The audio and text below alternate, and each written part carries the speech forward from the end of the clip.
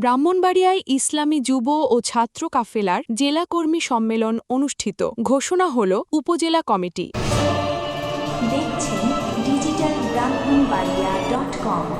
আমরা স্বাধীনতা ও উন্নয়নে বিশ্বাসী। সোনাকান্দা দারুল হুদা দরবার শরীফের অঙ্গ সংগঠন বাংলাদেশ ইসলামী যুব কাফেলা এবং বাংলাদেশ ইসলামী ছাত্র কাফেলার উদ্যোগে ব্রাহ্মণবাড়িয়ায় অনুষ্ঠিত হয়েছে জেলা কর্মী সম্মেলন ২০২৬।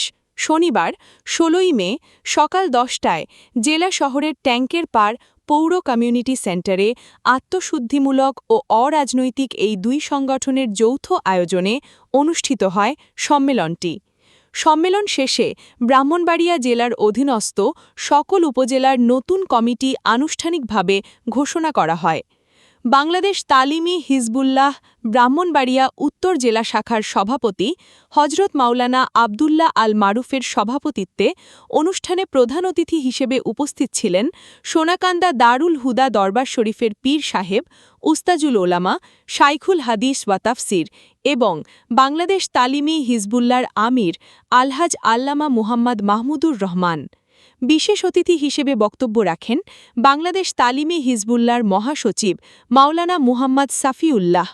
আমন্ত্রিত মেহমান হিসেবে উপস্থিত ছিলেন বাংলাদেশ ইসলামী যুব কাফেলা কেন্দ্রীয় সমিতির সভাপতি মাওলানা সাইদুল ইসলাম আল আমিন মাহমুদি, কেন্দ্রীয় সেক্রেটারি মাওলানা হাফেজ কামরুল হাসান সিদ্দিকী, বাংলাদেশ ইসলামী ছাত্র কাফেলা কেন্দ্রীয় সমিতির সেক্রেটারি মাওলানা মেহেদি হাসান এবং কেন্দ্রীয় সাংগঠনিক সম্পাদক মাওলানা শফিকুল ইসলাম।